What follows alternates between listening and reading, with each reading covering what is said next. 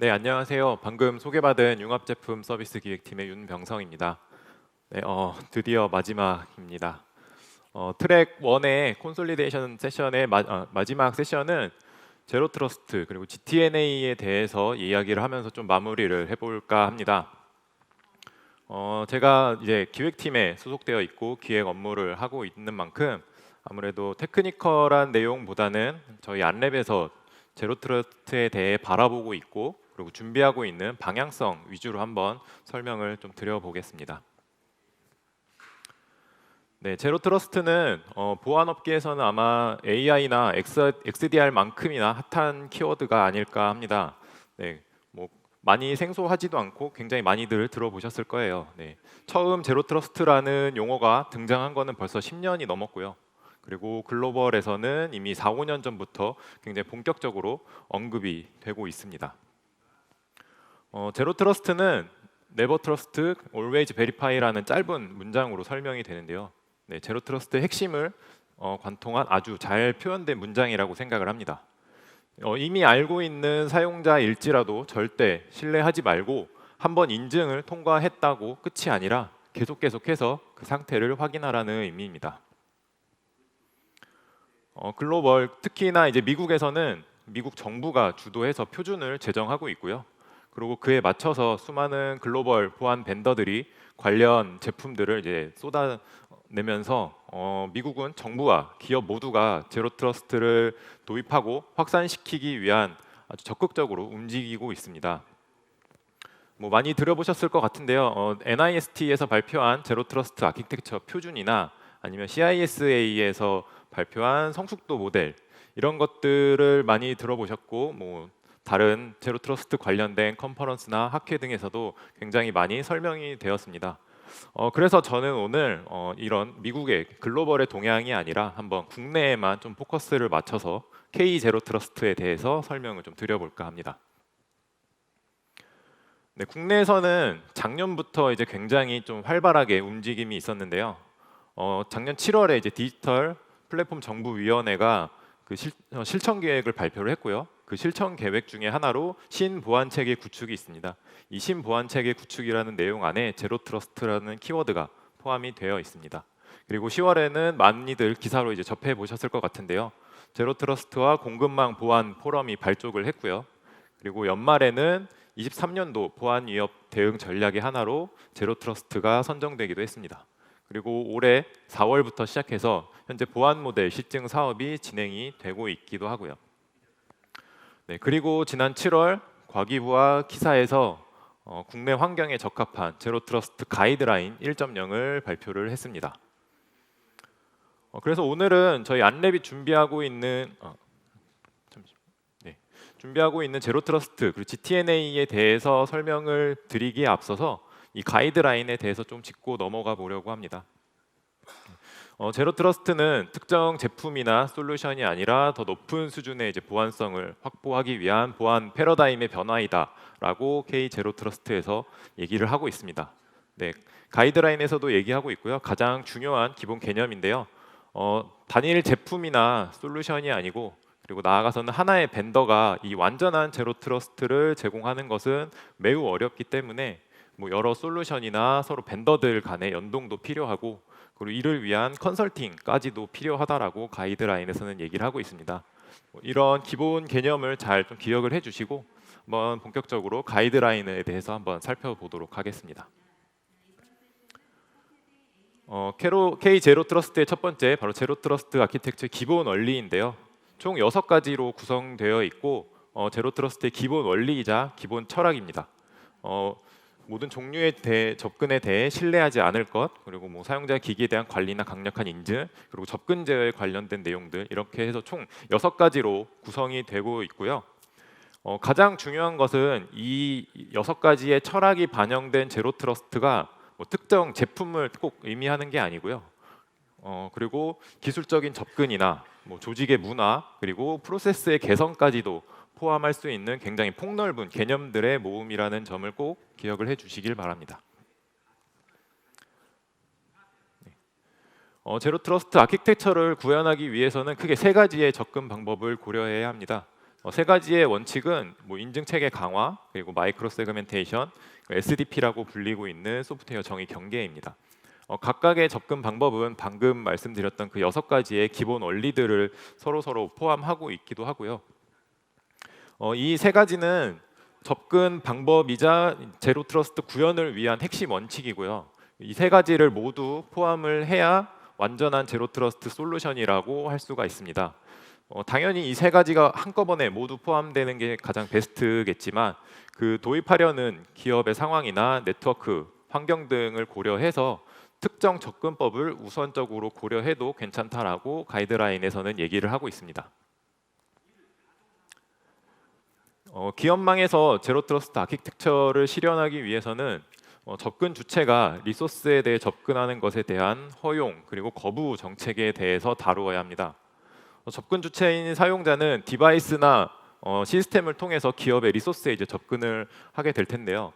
이 과정에서 정책 결정 지점인 PDP와 그리고 정책 시행 지점인 PEP를 통해서 인증과 연결 과정을 거치게 됩니다. 이러한 인증 과정에서 접근 주체와 시스템에 대한 신뢰도, 즉 접근 결정을 위한 기반 데이터는 오른쪽에 보시는 것 같은 형태의 다양한 정보들을 이용을 할 수가 있게 되고요. 네, 보시는 것 같이 이 제로 트러스트의 핵심 보안 기능은 바로 이 접근 제어입니다. 네, 이러한 구성 요소 및 이제 상호 작용을 표현한 이 그림이 지금 보시는 그 그림이 바로 이제 K 제로 트러스트의 아키텍처 보안 모델이라고 할 수 있습니다. 뭐 중요한 컴포넌트들에 대해서만 좀 간단하게 설명을 드리면요. PDP는 정책 결정 지점이라고 하고요.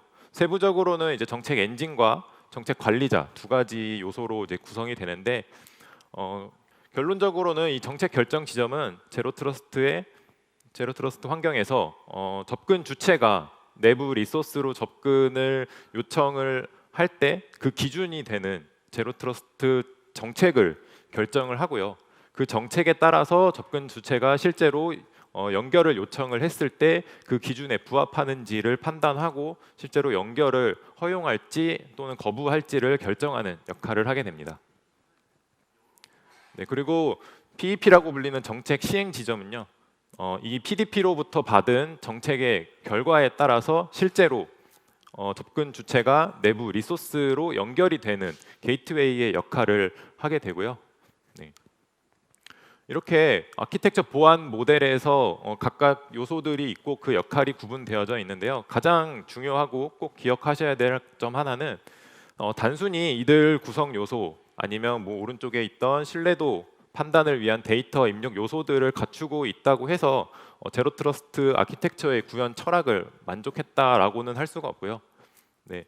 이 각각의 컴포넌트들이 반드시 유기적으로 상호작용함으로써 앞서 언급했던 그 제로 트러스트 아키텍처의 기본 원리를 만족할 수가 있게 되고 그때서야 비로소 제로 트러스트가 제대로 구현이 되었다고 할 수 있습니다. 네, 지금까지 뭐 기본 원리랑 접근 방법, 보안 모델 등을 설명을 드렸는데요. 이것들은 제로 트러스트 구현을 위한 측면에서 고려를 해야 될 것들이고요. 가이드라인에서는 기업이나 기관이 제로 트러스트를 도입하는 과정에서 필요한 이런 요소들도 같이 설명을 하고 있습니다. 기업이 제로 트러스트를 도입하기 위해서는 총 6가지의 핵심 요소를 고려를 해야 되는데요. 식별자 신원, 그리고 기기 및 엔드포인트, 네트워크, 시스템, 응용 및 워크로드, 데이터 이렇게 총 6가지의 요소가 있고요. CISA에서 발표한 성숙도 모델에 따르면 5필러라고 해서 총 5가지의 핵심 요소를 얘기를 하고 있습니다. 네, 근데 K 제로 트러스트에서는 금융이나 뭐 국가 기반 시설의 보안 정책 그리고 공공 클라우드 보안 인증 기준과 같은 것들을 두루두루 고려해서 CISA의 표준과 다르게 시스템이라는 항목을 추가를 했고요. 그렇게 해서 총 국내 환경에 적합한 6가지의 핵심 요소를 도출을 했습니다. 그리고 이 6가지 핵심 요소들에 대해서 보안성과 신뢰도에 대한 판단을 강화하고 이 적절하고 세밀한 접근 제어가 이루어질 수 있도록 이 2가지의 교차 기능을 제시를 하고 있습니다. 이 교차 기능은 위에 있는 6가지 핵심 요소에 전반적으로 걸쳐져서 검토가 이루어져야 되는 항목들이고요. CISA와 비교하면 거버넌스라는 항목이 빠지긴 했지만 네, 그래도 유사한 항목들로 구성이 되어 있습니다. 방금 말씀드렸던 핵심 요소 6가지는 그 각각에 대해서 세부 항목이 여러 개로 구성되어 있는데요. 세부 항목을 설명드리진 않겠지만 그 각각의 세부 항목들에 대해서 성숙도 단계를 제시를 하고 있습니다. 총 3단계의 성숙도 단계를 얘기를 하고 있고요. 이는 CISA 성숙도 모델 1.0과 동일한 형태를 띠고 있습니다. 네, 이 각각의 핵심 요소의 세부 항목들에 대해서 이 성숙도 단계가 정의되어 있고 그 각 단계는 보안 수준 요소별로 얼만큼의 보안 요소를 구현을 했는가 이것들을 평가할 수 있는 보안 수준이 정의되어 있습니다. 이것들을 토대로 이제 도입 계획 수립 단계에서 보안 수준에 대한 평가 및 목표 수립 그리고 예산을 검토하거나 아니면 구현이나 운영까지 이제 제로 트러스트를 도입할 때 있어서 완성도를 가늠할 수 있는 기준을 제시하고 있으니 한번 참고를 하시면 좋을 것 같고요. 네. 이렇게 지금 말씀드렸던 그래서 성숙도 모델을 하나의 그림으로 CISA에서 표현하고 있는 그림인데요. 동일한 형태로 한번 그려보았습니다. 네, CISA는 아무래도 5가지 핵심 요소라서 5필라라고 얘기를 하고 있고요. 제로 트러스트 가이드라인에서는 시스템 항목이 추가됐기 때문에 기둥이 하나 더 많이 그려져 있죠. 가이드라인에서는 뭐 지금 설명드렸던 이 성숙도 모델 관점에서 도입해야 할 때 고려해야 할 뭐 요소들을 말씀드렸는데 가이드라인에서는 이것들 외에도 추가적으로 고려해야 할 사항들과 뭐 도입 단계별로 어떤 것들을 해야 되는지도 함께 자세히 설명을 하고 있습니다. 네. 그리고 그 과정에서 가장 중요한 점 3가지는 먼저 첫 번째는 최적화 단계는 단기적으로 달성할 수 있는 목표가 아니라는 점 하나 기억을 해주시고요. 그리고 두 번째, 이 성숙도 모델은 제로 트러스트 전환을 위한 여러 가지 경로 중에 하나에 불과하다는 점 역시 기억을 해주셔야 합니다. 그리고 마지막으로 가장 중요한 부분인데요.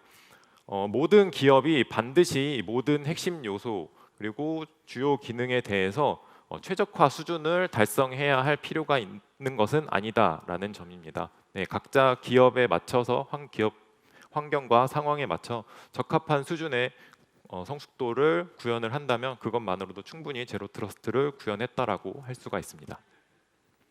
네, 그 밖에도 뭐 제로 트러스트를 구현하거나 아니면 도입할 때 맞춰서 나눠서 굉장히 상세한 내용들이 가이드라인에 포함되어 있으니까요. 뭐 참고해 보시면 굉장히 큰 도움이 될 거라고 생각을 합니다. 앞에서 이제 제로 트러스트의 기본 개념을 말씀드리면서 단일 제품이나 솔루션 그리고 하나의 벤더가 완전한 제로 트러스트를 제공하는 것은 매우 어렵다라고 말씀을 드렸습니다. 그래서 저희 안랩도 굉장히 고민이 많았는데요. 안랩에서는 제로 트러스트를 어떻게 바라봐야 하고 어떻게 대응을 해야 하고 그리고 고객의 제로 트러스트 도입을 위해서 우리가 할 수 있는 게 어떤 것이 있을까? 네, 이런 것들을 굉장히 많이 고민을 해봤고요. 저희 안랩이 국내 보안 벤더 중에는 그래도 가장 넓은 분야의 보안 제품 포트폴리오를 가지고 있다고 말씀드릴 수 있는데요. 예, 그렇지만 그럼에도 불구하고 안랩이 제로 트러스트 전체를 할 수 있다고 말씀드리지는 못할 것 같습니다. 네, 그래서 저희가 할 수 있는 부분을 한번 찾아서 그 부분에 집중을 해보기로 했고요.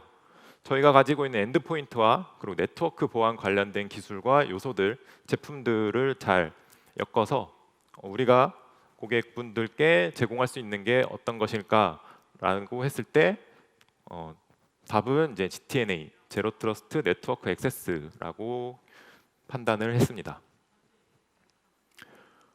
네, GTNA는 제로 트러스트의 기술 중에 하나이고요. 뭐 사용자나 디바이스가 기업의 리소스에 접근할 때 뭐 애플리케이션이나 뭐 데이터가 되겠죠. 그 리소스에 접근을 할 때 원격 접근 제공에 좀 중점을 둔 네트워크 보안 모델이라고 할 수 있습니다. 네, 뭐 그렇다고 해서 꼭 네트워크 기술 요소만 있는 것은 아니고요. 뭐 사용자나 디바이스의 인증 그리고 상태 평가, 상태 체크 등을 위해서 이제 엔드포인트의 기술 역시 필요한 솔루션이라고 할 수 있습니다. 그러면 저희 안랩 GTNA는 어떻게 구성이 되는가 말씀을 드려보면 이제 안랩에서는 제로 트러스트 그리고 그 중에서도 이제 GTNA를 위해서 고객 여러분들께 한번 단계적으로 좀 해법을 좀 제시를 해보려고 합니다.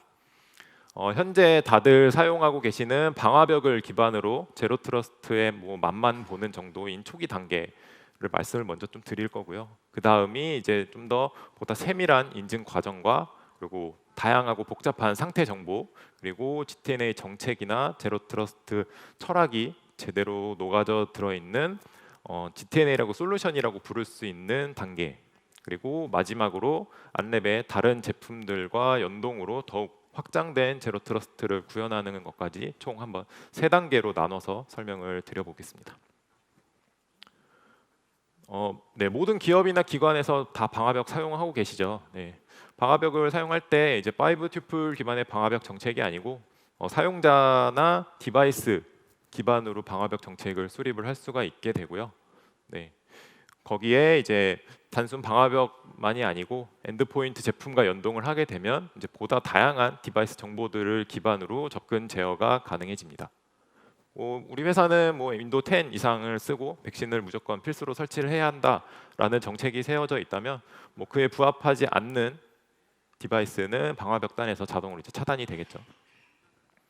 뭐 리소스에 접속하려는 사용자의 신원을 확인하고 그 접속하려는 디바이스의 상태 정보를 확인함으로써 이제 아까 말씀드렸던 제로 트러스트의 기본 원리 중에 사용자 기기에 대한 관리 및 강력한 인증 그리고 일관되고 중앙 집중적인 정책 관리 및 접근 제어 결정 뭐 이런 것들을 뭐 어느 정도 충족한다라고 볼 수 있지 않을까 싶습니다.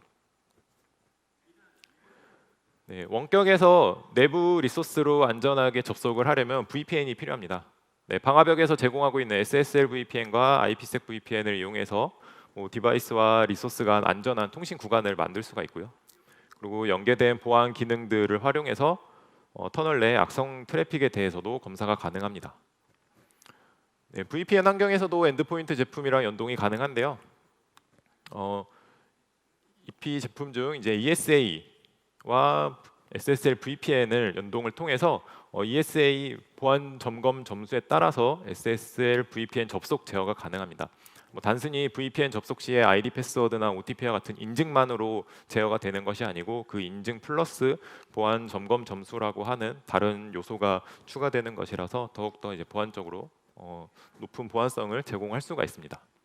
뭐 디바이스 보안 상태에 따라서 VPN 접근 제어를 이제 수행하는 건데요. 뭐 제로 트러스트 같은 느낌이 조금 들기도 하죠. 네. 그래서 방금 말씀드렸던 방화벽 기반의 이런 것들을 한번 하나의 그림으로 좀 표현을 해봤는데요. 아마 지금 사용하고 계시는 방화벽의 그것과 크게 다르지 않을 것 같습니다. 네. 현재 사용 중이신 방화벽에서도 충분히 구현이 가능하고 동작이 가능한 형태이기 때문입니다. 뭐 누군가는 이게 어떻게 제로 트러스트냐라고 말씀을 하실 수도 있는데요. 네, 그래서 한번 가이드라인에서 얘기했던 요소들과 그 아키텍처의 컴포넌트들을 좀 매칭을 시켜봤습니다. 네, 생각보다 많이 매칭이 되고 있죠. 네, 가이드라인에서도 기존의 보안 모델들이 제로 트러스트의 요소들이 전혀 없는 것은 아니라고 언급을 하고 있습니다. 뭐 그런데 자세히 좀 살펴보면 아까 말씀드렸던 저 정책 결정 지점 PDP라고 하는 것과 PEP라고 하는 것이 이제 방화벽 장비 안에서 하나로 합쳐져서 동작을 하고 있는 형태가 될 거고요. 그리고 각각의 요소들도 세부적으로 그 성숙도 단계를 살펴보면 아마 굉장히 낮은 수준의 성숙도라고 할 수 있을 겁니다. 네, 그래서 좀 전에 말씀드릴 때 제로 트러스트 맛만 보는 단계라고 이제 말씀을 드렸고요. 이 정도로 오늘 GTNA를 얘기할 거였으면 아마 오늘 제로 트러스트를 얘기 꺼내지도 않았겠죠. 네, 그래서 안랩 GTNA는 이보다 훨씬 더 높은 성숙도 단계와 제로 트러스트 아키텍처에 맞는 형태로 제공을 하려고 합니다. 현재 방화벽 안에서 같이 동작되고 있는 PDP와 PEP를 서로 분리를 하고요. 그 중에 GTNA 매니저가 이제 PDP 역할을 하게 되고요. PEP를 이제 게이트웨이라고 하는 컴포넌트가 역할을 하게 됩니다. 네, 물리적으로 논리적으로 완전히 분리가 되는 형태고요. 여기서 사용자의 디바이스에 설치되는 이제 GTNA 클라이언트라는 아이가 있고 이 클라이언트라는 통해서 수많은 종류의 상태 정보들이 수집이 되어질 겁니다. 클라이언트가 매니저를 통해서 인증 및 보안 상태를 가지고 리소스 접근 요청을 하게 되면 매니저에 수립되어 있는 이제 GTNA 정책, 저희는 내부적으로 이제 GTNA 프로파일이라고 부르고 있는데요. 이 프로파일에 따라서 접근 허용 여부가 결정이 될 겁니다. 이렇게 접근이 허용된 디바이스는 게이트웨이와 암호화된 통신 구간을 생성을 하게 되고요. 부여받은 접속 권한을 이용해서 내부 리소스에 이제서야 좀 접속이 가능해지게 됩니다. 방화벽 기반의 제로 트러스트라고 말하기도 좀 그렇지만 방화벽 기반의 그것과 비교하면 가장 큰 차이는 일단 매니저와 게이트웨이가 분리되어 있다라는 것이고요. 저 매니저와 게이트웨이가 분리되어 있다라는 것은 제어 영역과 데이터 영역이 분리되었다라는 것이고 인증과 실제 데이터 통신이 분리되었기 때문에 보안성이 훨씬 높아졌다라는 것을 의미합니다. 그리고 GTNA 클라이언트가 연결을 요청할 때 그리고 연결이 허용된 이후에도 지속적으로 디바이스의 상태 정보를 체크를 하게 된다는 점이 가장 큰 차이점이고요. SSL VPN 같은 경우는 최초의 인증을 한번 통과하게 되면 아마 정해진 시간만큼은 연결이 계속 허용되고 있는 방식인데 GTNA는 그게 아니고 디바이스의 상태를 주기적으로 체크함으로써 인증이 허용되었다고 하더라도 중간에 디바이스 상태가 변경되게 되면 바로 접근이 차단되게 되는 그런 방식입니다. 마찬가지로 제로 트러스트 핵심 요소들이랑 아키텍처의 컴포넌트들을 좀 매칭을 시켜봤습니다.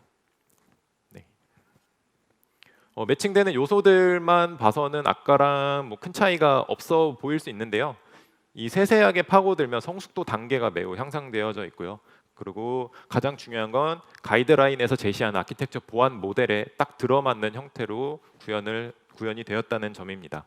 이 정도는 되어야 이제 진짜 GTNA 솔루션이라고 좀 부를 수 있지 않을까 싶고 그래서 저희도 안랩 GTNA라고 말씀을 드리고 있고요.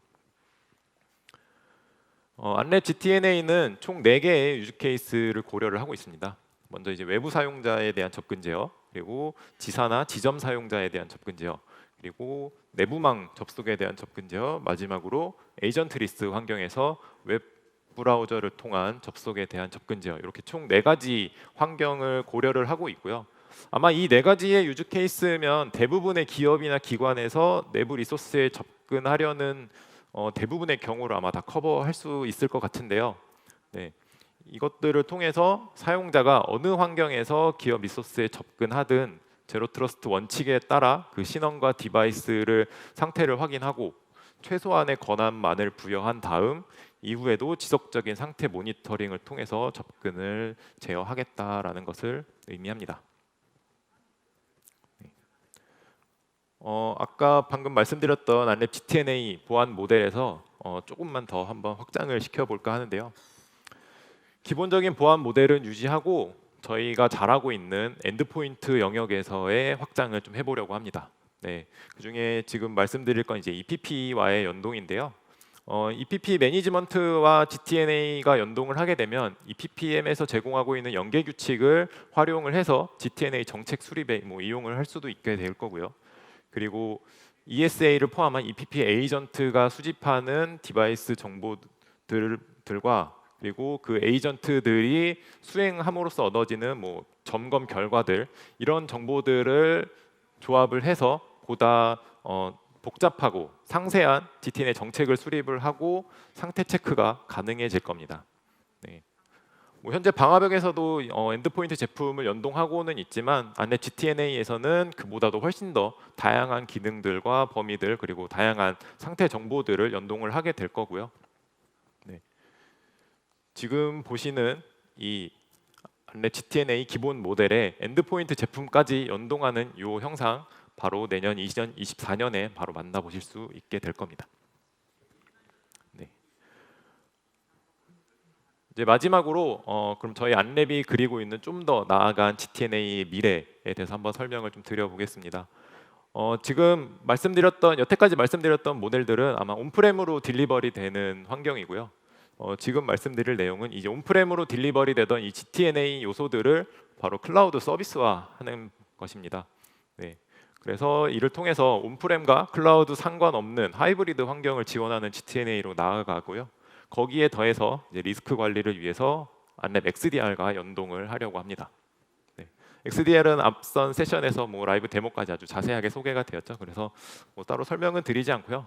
XDR 입장에서는 아마 연동을 하게 되면 리스크 관리를 위한 팩터가 GTNA라는 팩터가 하나가 더 추가가 되는 셈일 거고요. 그리고 GTNA에서는 XDR에서 도출된 그 리스크 스코어를 가지고 GTNA 정책에 활용을 할 수가 있게 될 겁니다. 네. 이 형태가 안랩에서 그리고 있는 아마 GTNA의 좀 더 나아간 발전된 모습일 거고요. 네. 네, 오늘 이렇게 저희 안랩에서 바라보고 있는 그리고 준비하고 있는 안랩 GTNA의 총 3가지 단계로 나눠서 좀 설명을 드려봤는데요. 많은 도움이 되셨기를 바라고요. 앞에서도 말씀드렸지만 저희 안랩이 제로 트러스트의 모든 것을 다 했다고 말씀드리지는 않겠습니다. 네. 그리고 기업이 완전한 제로 트러스트를 도입하는 것은 이 단기간에 될 수가 없는 일이고요. 그리고 매우 복잡하고 굉장히 어려운 여정입니다. 네. 그 긴 여정을 저희가 안랩이 모든 여정을 제로 트러스트를 책임지겠다라고 말씀을 드리긴 어렵지만 그 고객의 긴 여정의 시작을 저희 안랩 GTNA와 함께 해보시는 건 어떨지 한번 강력히 권유드리면서 오늘 발표 마치도록 하겠습니다.